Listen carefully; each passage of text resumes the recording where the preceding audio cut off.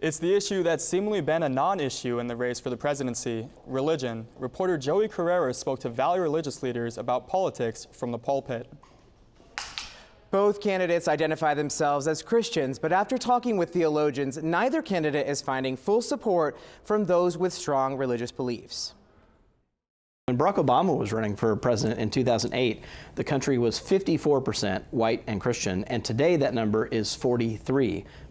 Jones says the very fabric of our nation is being rewoven with new threads of social change and increased Hispanic immigration. He says the proof is in our legislation. If you are a conservative white Christian in this country, just over the last 2 election cycles, you have seen your numbers go from majority to minority status, and a very central issue to you, same-sex marriage, go from an issue where you were in the majority to an issue where you're very much in the minority. Hillary Clinton and Donald Trump both identify themselves as Christians, but the candidates' positions on topics like abortion, social issues, and their personal character don't sit well with many practicing Christians. You have 2 candidates who are just sort of spewing venom, and all of us caught in the middle, and none of us like it. One with this womanizing kind of candidate, and the other supporting a whole host of issues that I don't think many evangelicals feel comfortable supporting. But according to a Pew Research poll from the summer, 78% of white evangelical Christians who are registered to vote planned to cast their ballots for Donald Trump. They have just not been able to divorce evangelicalism from Americanism. So what I consider is American idolatry. A kind of crack in that white Christian coalition, it's going to be because of Mormons,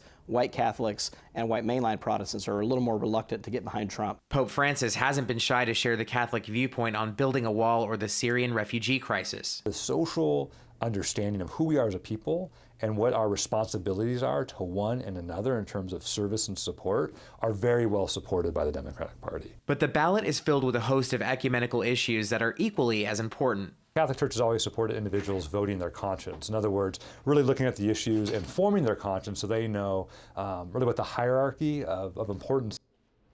Robert Jones will continue the discussion on politics in the presidential race on a panel discussion held at ASU tomorrow evening. A link to the event will be posted on cronkitenews.azpbs.org. Joey Carrera, Cronkite News.